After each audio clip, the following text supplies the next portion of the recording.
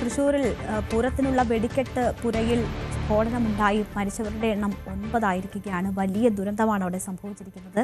അതിന്റെ വാർത്തകളിലേക്കും വിശദാംശങ്ങളിലേക്കും കടക്കാം. ആദ്യം പ്രധാന തലക്കെട്ട്. തൃശൂർ പൂരത്തിനുള്ള വെടിക്കെട്ട് പുരയിൽ പൊട്ടിത്തെറി, 9 മരണം, 5 പേർ ഗുരുതരാവസ്ഥയിൽ. വിദഗ്ധ ചികിത്സയ്ക്കായി തൃശൂർ മെഡിക്കൽ കോളേജിൽ മാസ് കാഷ്വാലിറ്റി.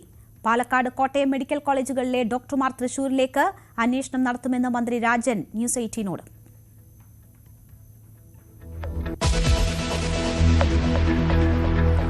ദുരന്തത്തിന് കാരണമായത് കൊടും ചൂടെന്ന് പ്രാഥമിക നിഗമനം. പാടത്തെ വെടിക്കെട്ട് പുരകളിൽ തുടർ സ്ഫോടനങ്ങൾ മണിക്കൂറുകളോളം നീളുന്നു. ഫയർഫോഴ്സിനും രക്ഷാപ്രവർത്തകർക്കും സ്ഥലത്തെത്താനായില്ല. തീയണയ്ക്കുന്നത് ദൂരെ നിന്ന് ആളുകൾ കടുക്കാനാകാത്തതിനാൽ റോബോട്ടിക് ഫയർ എഞ്ചിൻ തൃശൂരിൽ എത്തിക്കും.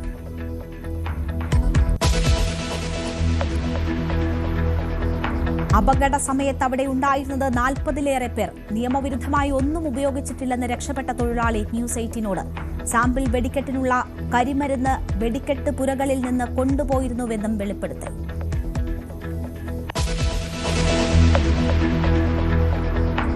അപകട സ്ഥലത്തുണ്ടായിരുന്നത് 4 വെടിക്കെട്ട് പുരകൾ. തൊഴിലാളികളെല്ലാം മലയാളികൾ. സ്ത്രീകൾ ഉൾപ്പെടെ ഉണ്ടായിരുന്നുവെന്നും സൂചന. സ്ഥിതിഗതികൾ വിലയിരുത്തി വരുന്നതായി ദുരന്ത നിവാരണ അതോറിറ്റി. രക്ഷാപ്രവർത്തനം ഏകോപിപ്പിക്കാൻ റവന്യൂ മന്ത്രി കെ രാജനും ആരോഗ്യമന്ത്രി വീണ ജോർജും തൃശൂരിലേക്ക്.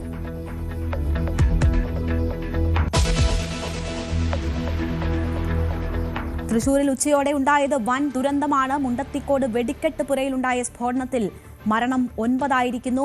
2:30ഓടെയാണ് തൃശൂർ മുണ്ടത്തിക്കോട് വെടിക്കെട്ട് പുരയിൽ ആദ്യ സ്ഫോടനം ഉണ്ടായത്. തുടർ സ്ഫോടനങ്ങൾ നടക്കുന്ന സാഹചര്യമായതിനാൽ രക്ഷാപ്രവർത്തനം ഇപ്പോഴും പ്രതിസന്ധിയിലാണ്.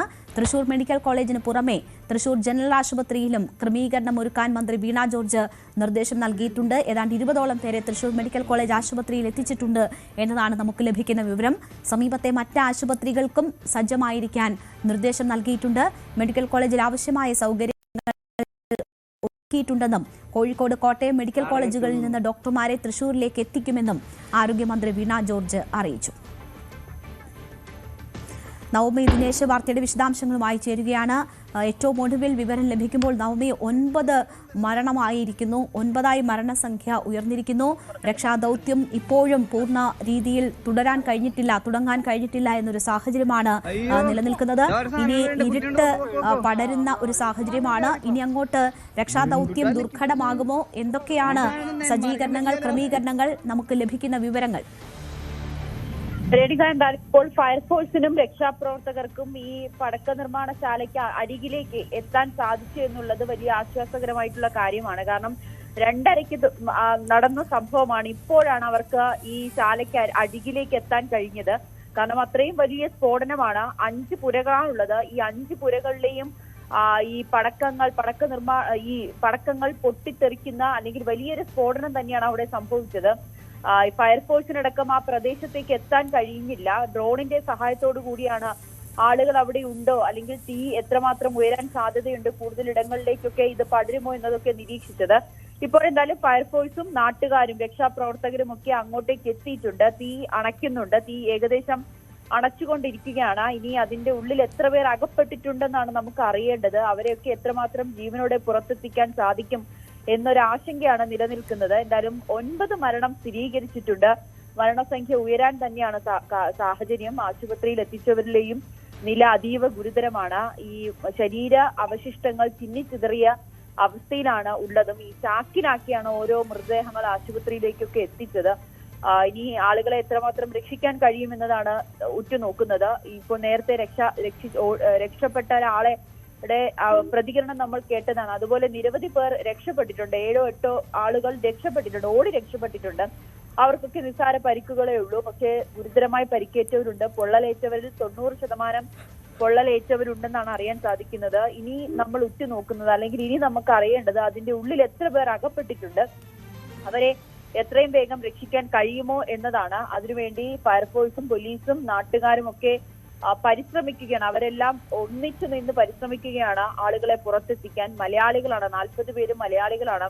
അതിൽ സ്ത്രീകളുണ്ട്. എന്തായാലും ആരോഗ്യമന്ത്രി അടക്കം തൃശ്ശൂരിലേക്ക് പുറപ്പെട്ടിട്ടുണ്ട്. ആരോഗ്യമന്ത്രി അതോടൊപ്പം തന്നെ കേന്ദ്രമന്ത്രി സുരേഷ് ഗോപി ഉൾപ്പെടെയുള്ള എല്ലാ മുതിർന്ന മന്ത്രിമാരും നേതാക്കന്മാർ അല്ലെങ്കിൽ രാഷ്ട്രീയ പ്രവർത്തകരും എല്ലാവരും തന്നെ അങ്ങോട്ടേക്ക് ഓടിയെത്തിയിട്ടുണ്ട്. എത്രയും വേഗം ഈ ആളുകൾക്ക് കൃത്യമായിട്ടുള്ള ചികിത്സ ലഭിക്കുക, എത്രയും വേഗം അവർക്ക് ചികിത്സ ഉറപ്പാക്കുക എന്നൊരു ലക്ഷ്യം മാത്രമാണ് ഇപ്പോൾ മുഖ്യമന്ത്രി അടക്കം അതിനുള്ളൊരു നിർദ്ദേശം നൽകിയിട്ടുണ്ട്. ആളുകൾക്ക് എല്ലാ ആശുപത്രികളും സജ്ജമായിരിക്കുക, മെഡിക്കൽ കോളേജിൽ എല്ലാ ഉപകരണങ്ങളും എത്തിക്കുക, അല്ലെങ്കിൽ ആളുകൾക്ക് എത്രയും വേഗം ചികിത്സ ഉറപ്പാക്കാൻ വേണ്ടിയിട്ടുള്ള കാര്യങ്ങളെല്ലാം തന്നെ ചെയ്യുക എന്നതിനുള്ള സജ്ജീകരണങ്ങളെല്ലാം തൃശ്ശൂരിലെ എല്ലാ ആശുപത്രികളിലും സജ്ജമാണ്. അതോടൊപ്പം തന്നെ രേണുക, ഈ തൃശ്ശൂർ ടൗണിൽ വലിയ ബിൽഡിങ്ങുകളുടെ പല ചില്ലുകളും പൊട്ടിത്തെറിച്ചു എന്നാണ് അറിയാൻ സാധിക്കുന്നത്. ഈ പടക്ക നിർമ്മാണശാലയുള്ളത് ഒരു വയലിന് നടുവിലാണ്.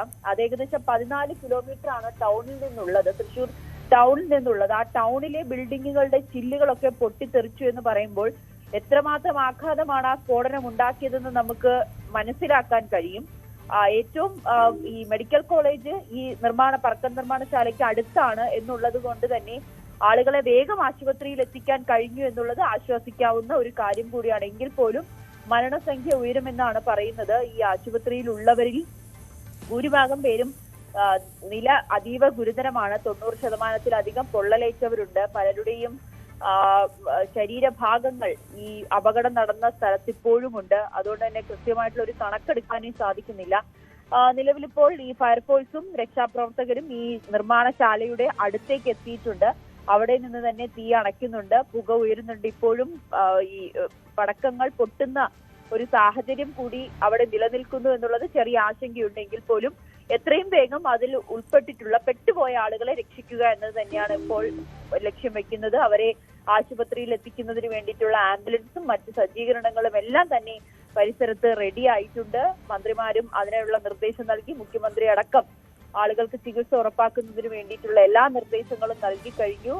എത്രയും വേഗം അവരെ രക്ഷിച്ച് മെഡിക്കൽ കോളേജിലും മറ്റ് ആശുപത്രികളിലേക്കും കൊണ്ടെത്തിക്കുകയും അവർക്ക് കൃത്യമായിട്ടുള്ള ചികിത്സ ഉറപ്പാക്കുന്നതിന് വേണ്ടിയിട്ടുള്ള സജ്ജീകരണം ഒരുങ്ങി കഴിഞ്ഞിട്ടുണ്ട്. ഇനി ആളുകളെ രക്ഷിക്കുക എന്നൊരു പ്രവർത്തനമാണ് ഇപ്പോൾ നടത്തിക്കൊണ്ടിരിക്കുന്നത്. ഈ നേരത്തെ നമ്മൾ പറഞ്ഞതുപോലെ തന്നെ ദൃശ്യങ്ങൾ തന്നെ കാണാം. ചാക്കിലാക്കിയാണ്, ചാക്ക് കെട്ടുകളിലായിട്ടാണ് ആളുകളുടെ ശരീരം കൊണ്ടുപോകുന്നത്. അത് കാണുമ്പോൾ തന്നെ ഏറെ വേദനിപ്പിക്കുന്നുണ്ട്. ചിതറിപ്പോയിരിക്കുന്നു ഈ സ്ഫോടനത്തിന്റെ ആഘാതത്തിൽ ശരീരഭാഗങ്ങൾ.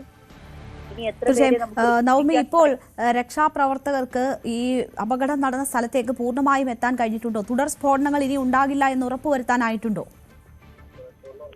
എന്തായാലും തുടർ സ്ഫോടനം ഉറപ്പാക്കാൻ ഉണ്ടാകുമോ എന്ന് നമുക്ക് ഉറപ്പ് പറയാൻ കഴിയില്ല. കാരണം ഇപ്പോഴും അവിടെ 5 പുരകളാണുള്ളത്. അവിടെ അതിൽ ഒരെണ്ണം ഇങ്ങനെ സ്ഫോടനങ്ങൾ സംഭവിച്ചുകൊണ്ടിരിക്കുകയാണ്. അത് എത്രയും വേഗം അത് ഒഴിവാക്കാൻ അല്ലെങ്കിൽ അത് ശമിപ്പിക്കാൻ വേണ്ടിയിട്ടാണ് ഫയർഫോഴ്സും ശ്രമിച്ചുകൊണ്ടിരിക്കുന്നത്. 6 യൂണിറ്റ് ഫയർഫോഴ്സ് സ്ഥലത്തെത്തി തീ അണയ്ക്കാനും അല്ലെങ്കിൽ ഈ സ്ഫോടനം ഒഴിവാക്കാനും വേണ്ടിയിട്ടുള്ള ശ്രമങ്ങൾ നടത്തുന്നുണ്ട്. ഇപ്പോൾ മാത്രമാണ് ഫയർഫോഴ്സിന് ഈ രക്ഷാപ്രവർത്തനം ഈ പടക്ക നിർമ്മാണശാലയ്ക്ക് അടുത്തേക്ക് എത്താൻ കഴിയും. കൂടുതൽ വാർത്തകൾക്ക് News 18 Keralam YouTube channel subscribe ചെയ്യുക.